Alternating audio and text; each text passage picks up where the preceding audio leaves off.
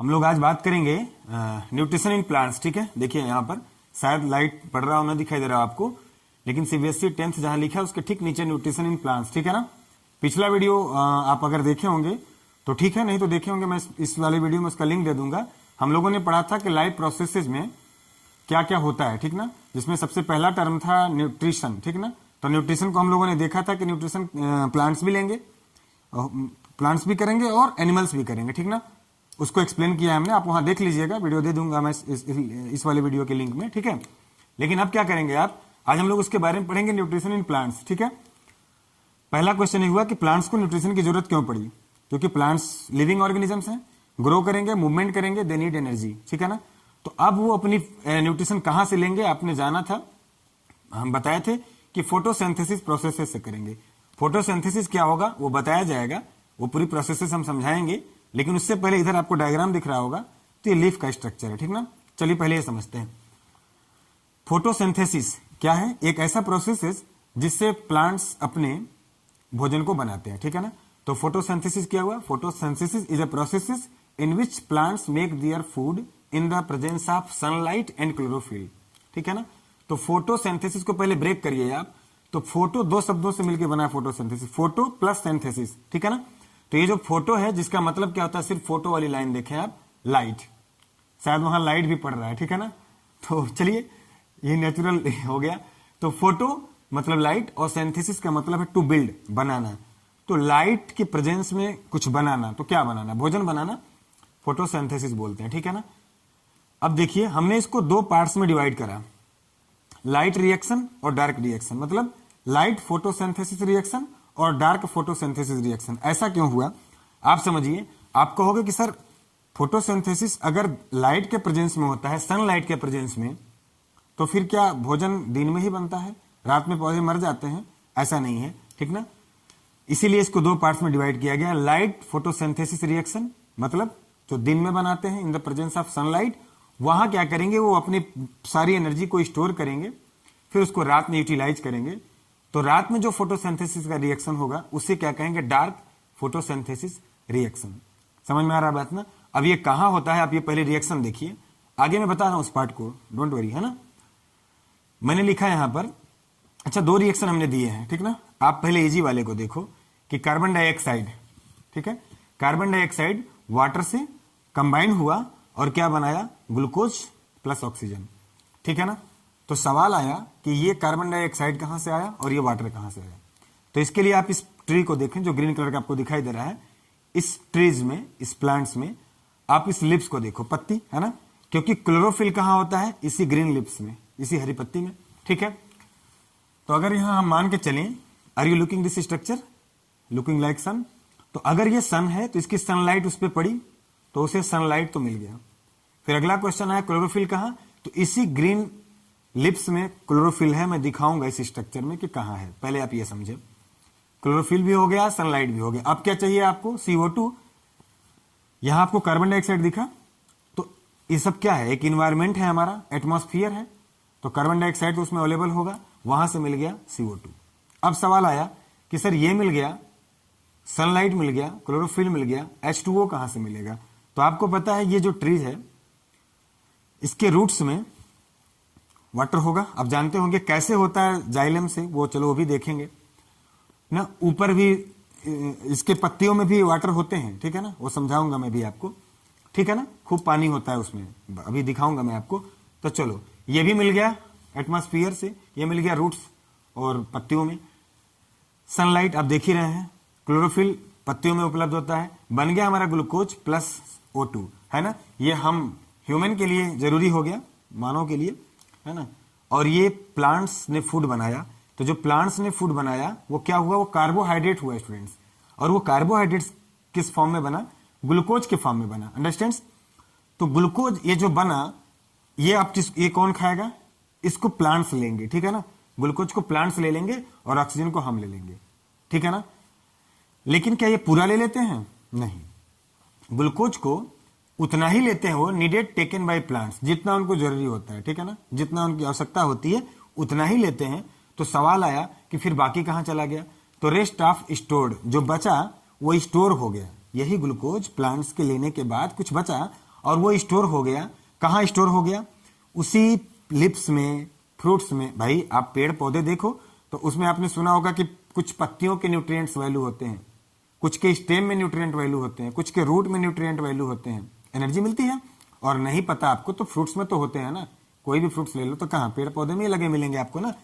तो इनके खाने के बाद बचा वाला स्टोर हो गया in the form of starch. Starch और ग्लूकोज दोनों क्या है? बोथ आर कार्बोहाइड्रेट, हमने पहले बताया था। अब ये कहां कहां देख लो, हमने लिखा है लिप्स, है ना, लिप्स पत्तियों में, फ्रूट्स फल में भी मिलेगा आपको।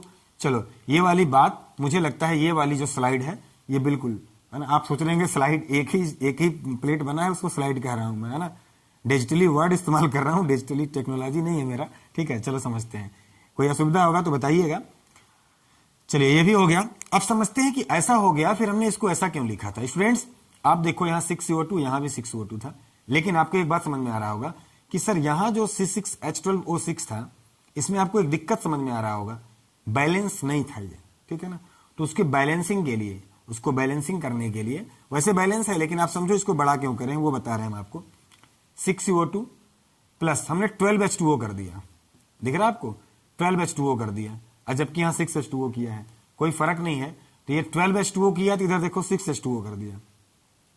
पहले तो हम लोग सिर्फ लेते हैं CO2 प्लस H2O, 6 नहीं लेते हैं, 6 को बाद में मल्टीप्लाई करके, चूंकि ये ऑर्गेनिक रिएक्शन है तो इसको हम लोग बैलेंस कर लेते हैं। Number of atoms left side and RHS side दोनों बराबर कर देते हो आप, इसलिए 6 का मल्टीप्लाई किया नहीं। सिर्फ आप ये याद रखो, फोटोसिंथेसिस का एक डेफिनेशन ये भी हो गया कि photosynthesis is a reaction processes in which carbon dioxide combines with water and forms glucose carbohydrate and gives oxygen to us।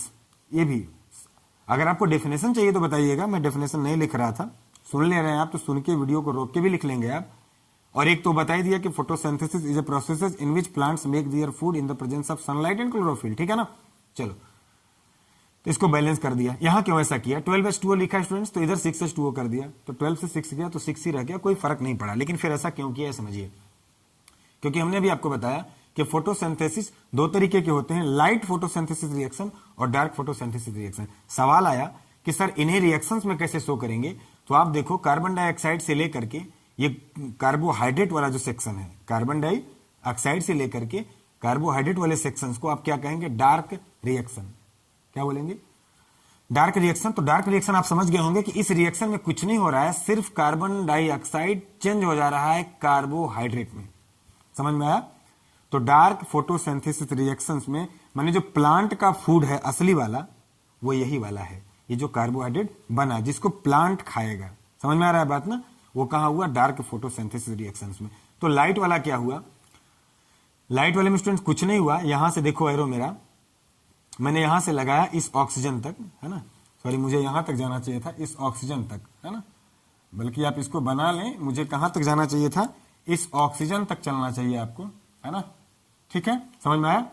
तो इसमें कुछ नहीं हुआ, ये वाटर जो था वो ब्रेक हो गया, किसमें? ऑक्सीजन में। तो वाटर ब्रेक होकर सिर्फ ऑक्सीजन में नहीं होगा स्टूडेंट्स, आओ यहां देखते हैं।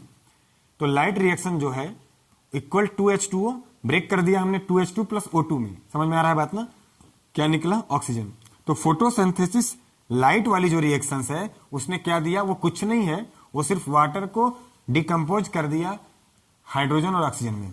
ऑक्सीजन तो निकल गया ना, अब सोचोगे हाइड्रोजन कहां गया? तो जब मैकेनिज्म ऑफ फोटोसिंथेसिस रिएक्शंस आप फर्दर क्लासेस में, बड़े क्लासेस में सीखेंगे, अभी 10th में इतना जरूरी नहीं है, तो वहां देखेंगे उच्च H से एनटीपी और एनडीपी, नहीं सॉरी एटीपी और एडीपी वहां बनता है, ठीक है ना। चलो छोड़ो।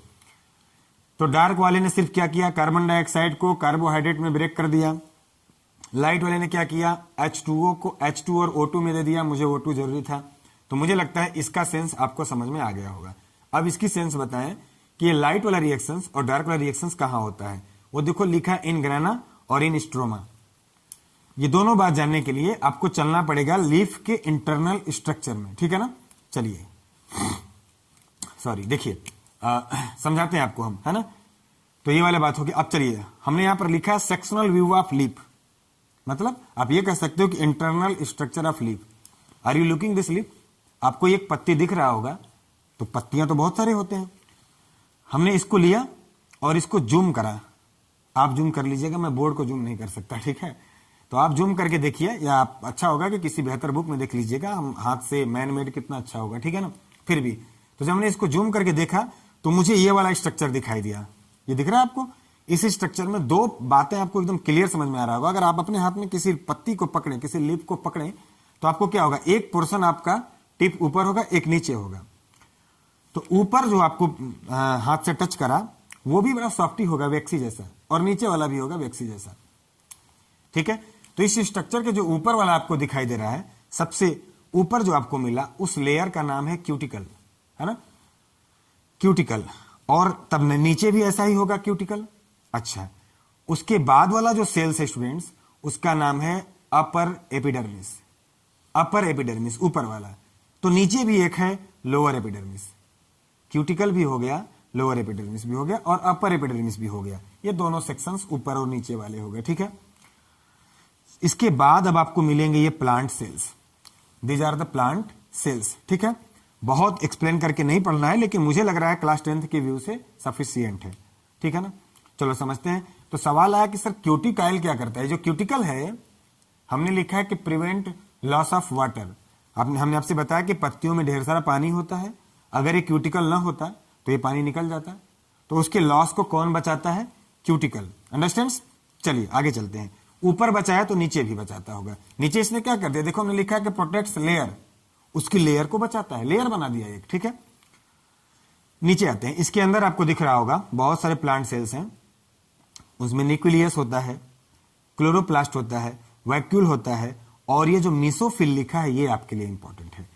हमने देखो स्टूडेंट्स यहां पर मीसोफिल जो लिखा है, मीसोफिल सेल्स, ठीक मीसोफिल के नीचे रेड कलर में मीसोफिल सेल्स के नीचे हमने लिखा है फोटोसिंथेसिस सेल। फोटोसिंथेसिस सेल मतलब बहुत सारे अवेलेबल होते हैं, लेकिन मेसोफिल सेल जो है वही है फोटोसिंथेसिस सेल। मतलब a part of leaf where it is the site photosynthesis reaction takes place, जहां पर फोटोसिंथेसिस रिएक्शन होगा, ठीक है ना। तो कहां होगा? इसी मेसोफिल में होगा। ये जो मेसोफिल सेल्स है, ये अगर देखें ध्यान से तो आपको दिख रहा होगा सिलेंड्रिकल, लंबे लंबे, और सर्कुलर कह सकते हो आप, स्फेरिकल। आपको दो तरह के सेल दिखाई दे रहे होंगे, ठीक है ना। ये दिख रहा है आपको, ये सिलेंड्रिकल सेक्शन जैसा, खड़ा खड़ा, लंबा लंबा, और ये गोला गोला, ठीक है ना। इन्हीं दोनों को मिलाकर मेसोफिल हुआ। अर्थात मेसोफिल में दो हुए, पहली साइड और स्पॉन्गी, है ना। ये जो पहली साइड है और स्पॉन्गी है, उन दोनों को समझें आप। मैंने यहां पर देखो लॉन्ग वाले पर स्टूडेंट्स लिखा है पहली साइड, ठीक है ना। मैं इधर आ जाऊं, दिख रहा है आपको ठीक से, शैडो आ जाएगा मेरा, ठीक ना। चलिए, तो पहली साइड किसको कहेंगे? ये लंबा लंबा वाला दिख रहा है। तो जितने भी लंबे लंबे आपको दिखाई दे रहे हैं वो सब पहली साइड है। अब आपको जो ये गोले गोले दिखाई दे रहे हैं, स्फेरिकल स्फेरिकल, ये सब कौन है? स्पॉन्गी, है ना। मैंने यहां पर लिखा है स्पॉन्गी। अच्छा, इन्हें स्पॉन्गी क्यों कहते हैं? स्पंज जानते हैं आप? स्पंज, अरे स्पंज वाला छेना खाते होंगे, नहीं खाते होंगे, आज खा के ट्राई कर लेना, ठीक है, ठीक है। तो स्पंगी की बात करते हैं। इसे स्पंज क्यों कहें? स्पंज के बीच में क्या होता है? एयर गैप होता है। तो देखो I have written here, okay, air space, there is space for air, इसे स्पॉन्गी बोलेंगे। समझ में आ गया। तो जो फोटोसिंथेसिस सेल हैं, जिन्हें हम लोग मेसोफिल सेल्स कहेंगे, वो दो कितने तरह के हो गए? दो तरीके के हो गए। एक सिलेंड्रिकल वाला हो गया, एक स्फेरिकल वाला हो गया। सिलेंड्रिकल को पहले साइड बोला, और जो स्फेरिकल है उसे हमने स्पंगी बोला। क्लियर है? चलिए अब आगे चलते हैं। अगर इससे पर हम आए तो देखो स्टूडेंट्स, यहां पर आपको क्लोरोप्लास्ट दिखाई दिया होगा, है ना। इसी में जो क्लोरोप्लास्ट दिखा, आओ उसे समझते हैं, ठीक ना। वो क्लोरोप्लास्ट आपके लिए बहुत जरूरी है। सब हो गया ना? हाँ हाँ, ठीक है ना। चलो, तो स्टूडेंट देखो हमने वहां पर लिखा क्लोरोप्लास्ट। उसी क्लोरोप्लास्ट को हम लोग क्या बोलते हैं? Green plastid. Green plastid. और ग्रीन प्लास्टिड को हमने उधर क्या लिखा है? ग्रीन कलर से देखो ध्यान से, एकदम कॉर्नर में, टॉप पे कॉर्नर में, किचन ऑफ द सेल।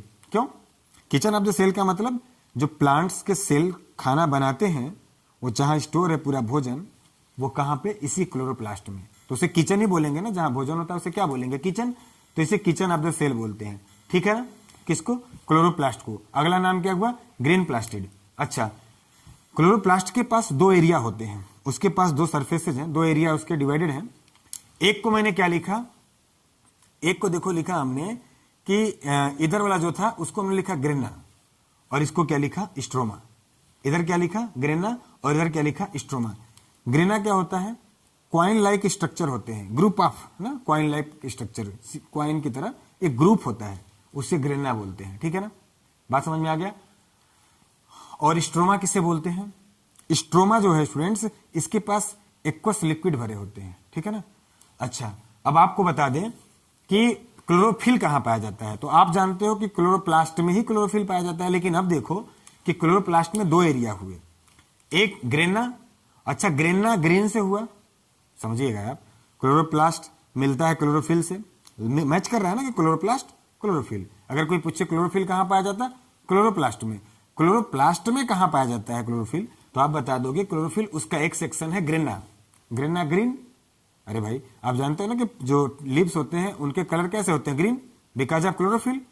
ठीक है, तो ग्रीन ग्रीन ग्रेना से बना, समझ लीजिएगा। तो इसका क्लोरोप्लास्ट का एक सेक्शन जो है जिसको ग्रेना बोलेंगे आप, वहीं पर लिखा हमने कि हैव क्लोरोफिल। अगर आपको दिख नहीं रहा है तो मैं बोल दे रहा हूं कि हैव क्लोरोफिल, ग्रेना के पास क्या होते हैं, क्लोरोफिल। दूसरा सेक्शन है स्ट्रोमा। स्ट्रोमा में हमने लिखा है कि हैव एंजाइम, मतलब सिर्फ क्लोरोफिल ही काफी नहीं होता। ठीक ना, सिर्फ यही अगर काफी होता है स्टूडेंट्स, तो बताइए फिर रात वाला भोजन कैसे बनता है। क्योंकि रात में फिर देखो डार्क वाले के सामने हमने क्या लिखा है, इन स्ट्रम, मतलब डार्क फोटोसिंथेसिस रिएक्शंस कहां होता है, इन स्ट्रोमा। कहां होता है, स्ट्रोमा में। स्ट्रोमा कहां पाया जाता है, क्लोरोप्लास्ट में। ठीक है, अब लाइट वाला फोटोसिंथेसिस रिएक्शन हमने कहा लिखा, इन ग्रेना, क्योंकि लाइट वाला जो सनलाइट के प्रेजेंस में बनेगा उसको क्या चाहिए, उसको चाहिए फोटोसिंथेसिस। अरे उस रिएक्शन का नाम है फोटोसिंथेसिस, उसे चाहिए क्लोरोफिल। तो क्लोरोफिल कहां होता है, ग्रेना में। ठीक है ना, ये बातें मुझे लगता है क्लियर हो गया होगा, कोई डाउट होगा तो मुझे बताइएगा। यहां तक क्लियर, चलो हाँ थोड़ा सा यहां देखते हैं। अच्छा, अब क्या हुआ, हमने इसके क्लोरोप्लास्ट को, है ना, उसकी एक पिक्चर को हमने यहां पे थोड़ा सा जूम करा, अलग से स्टडी किया, तो मुझे स्टोमेटा दिखा, है ना। स्टोमेटा जो दिखा आपको, तो देखो ध्यान से, यहां पे आपको दिख रहा होगा ये जो गैप दिख रहा है, उसी को मैंने एरो करा और लिखा स्टोमेटा, है ना। स्टोमेटा का मतलब अकेले नहीं, कई होते हैं। स्टोमेटा का मतलब क्या है स्टूडेंट्स, स्टोमेटा प्लूरल है। स्टोमेटा क्या है, प्लूरल है, मतलब कई होंगे, लिप्स में कई सारे होंगे, ये एक की बात हो रही है, ऐसे बहुत सारे होंगे। ठीक है ना, तो जो प्लूरल हुआ, अकेले रहेगा तो क्या बोलेंगे उसे आप, स्टोमा बोलेंगे, है ना। सिंगुलर के लिए क्या बोलेंगे आप, स्टोमा। ठीक है ना, ऑलरेडी इतना लिख चुका था इस बोर्ड पे कि मैं नहीं लिखना चाह रहा था, लेकिन फिर भी आप कंफ्यूज ना हो। अकेले स्टोमा की स्टडी करेंगे तो आप उसे स्टोमा बोलिएगा, अकेला होगा अगर तो, प्लूरल हो गए तो स्टोमेटा बोलिएगा। हुआ क्या, इस स्टोमेटा का काम देखिए, यहां पर लिखा है स्टोमेटल पोर ना। स्टोमेटल जो पोर है, पोर समझते जैसे हम लोगों के हाथ में ये रूम छिद्र दिख रहा है आपको, पोर्स दिख रहा है ना, यहां से भी ऑक्सीजन एंट्री लेता है, वैसे ही लिप्स में होता है। ये क्या करेगा, ये कभी खुलता है कभी बंद होता है। कब खुलता और बंद होता है थोड़ा अलग प्रोसेस हो जाएगा, यहां बताऊंगा तो मे भी कंफ्यूज हो जाए आप, लेकिन समझिएगा ये पोर बंद होगा खुलेगा, उसके नीचे देखो गॉड सेल है, और वो रहा ग्रीन कलर वाला। ठीक है स्टूडेंट्स, ये ग्रीन कलर वाला ये है क्लोरोप्लास्ट। उसी क्लोरोप्लास्ट के दो सेक्शंस होते हैं, ग्रेना और स्ट्रोमा। ठीक है, तो ये जो गैप दिखा आपको, हमने इसको क्या कहा, स्टोमेटा। यही खुलेगा, क्या काम करेगा, दो काम करेगा स्टूडेंट्स, ये ना, ये जो ग्रीन दिख रहा है ना लिप्स, ये दो काम करेगा इसी स्टोमेटा के थ्रू। उसी पोर में से क्या होगा, CO2 in, carbon dioxide in करेगा, वहीं से एंट्री ले लेगा। ठीक है ना, और फिर क्या होगा, कार्बन डाइऑक्साइड कहां से गया, लिप्स से गया। लिप्स के किस रूट से गया, स्टोमेटा से। स्टोमेटा क्या होता है, उसी क्लोरोप्लास्ट के बगल में जो पाया जा रहा है। ठीक है ना, जो स्पेस दिखाई दे रहा है आपको। ठीक है, अब क्या हुआ, उसी स्टोमेटा से क्या निकलेगा, O2 out from stomata, carbon dioxide in from stomata. समझ में आ गया, चलो ये बात भी समझ में आ गया। ठीक है ना, तो इसका स्ट्रक्चर समझ में आ गया, ये वाला भी हो गया, और ये क्यों हुआ ये भी बता दिया। प्रॉब्लम होगा तो रुक के देख लीजिएगा। चलो एक बात बता दें, थोड़ा सा लिखना तो नहीं चाह रहे थे लेकिन फिर भी बताते हैं। क्लोरोप्लास्ट किसे बोलते हैं, chloroplast student, this is an organelle, एक ऐसा ऑर्गेनल है इन मेसोफिल सेल्स। कहां पाया जाएगा, मेसोफिल सेल्स में पाया जाएगा। आप प्लांट्स के, where photosynthesis reaction takes place, जहां फोटोसिंथेसिस रिएक्शन होगा, यहीं पे। समझ में आ गया क्लोरोप्लास्ट। चलिए सवाल है, क्लोरोफिल क्या है। पहली बात तो क्लोरोफिल एक पिगमेंट है, वो क्या करता है, इट एब्जॉर्ब सनलाइट, है ना। ये सनलाइट को क्या करता है, जैसे ही सनलाइट पड़ा इसे एब्जॉर्ब कर लेगा। इट एब्जॉर्ब सनलाइट फ्रॉम क्या लिखा, फोटोसिंथेसिस, फॉर फोटोसिंथेसिस ना, देखो फॉर फोटोसिंथेसिस, जैसे स्पेस नहीं था, स्पेस नहीं था कि आगे फोटोसिंथेसिस वाला काम चला लो उसी में, ठीक है ना। चलिए, तो सनलाइट को ऑब्जर्व करेगा फोटोसिंथेसिस के लिए। फाउंड इन क्लोरोप्लास्ट, पाया कहाँ जाता है, क्लोरोप्लास्ट में, उसमें भी स्पेशली कहाँ पाया जाता है, ग्रेना में। क्लियर स्टूडेंट्स, यहां तक नोट कीजिए आप, तो मैं स्पेस करके मेटाबॉलिज्म और एनाबॉलिज्म थोड़ा बता दूंगा आपको, ठीक है ना, नोट कीजिए। अब मैं थोड़ा सा, है ना, चूंकि लंबा बोर्ड पे लिख डाला था तो थोड़ा स्पेस मैंने नीचे कर लिया। देखिए यहां पर ये जो आपको दिख रहा है ना, ये एक बंडल की तरह, यहां पे ये बंडल स्टूडेंट्स दो तरह के होते हैं, ठीक है ना, ठीक है, स्पेस होते बहुत हैं, टाइप्स दो हैं, जाइलम, फ्लोएम। इन्हें हम लोग कहते हैं वैस्कुलर बंडल, क्या बोलते हैं इसको, हम लोग वैस्कुलर बंडल बोलते हैं, ठीक है ना। वैस्कुलर बंडल कितने तरीके का हुआ, दो तरीके का, जाइलम और फ्लोएम। ये जो जाइलम है ये क्या करेगा और जो फ्लोएम है वो क्या करेगा। जाइलम स्टूडेंट्स देखो हमने यहां पर लिखा है, कंफ्यूज मत होइएगा, इसके आगे की बात कर रहे हैं, है ना।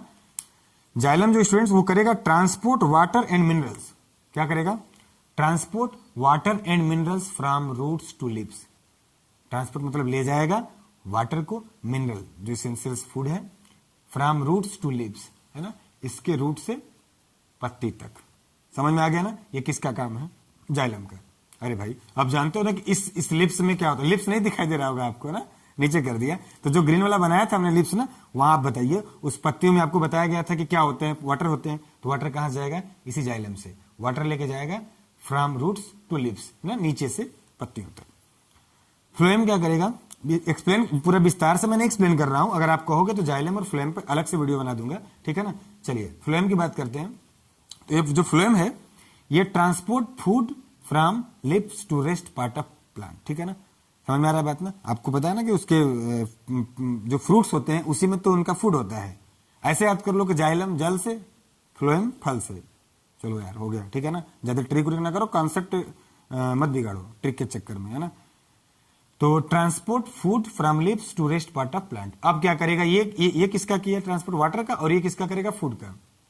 ये क्या किया था, रूट से लेके लिप तक, और ये क्या करेगा, लिप से लेके पूरे प्लांट्स के पार्ट तक, ठीक है ना।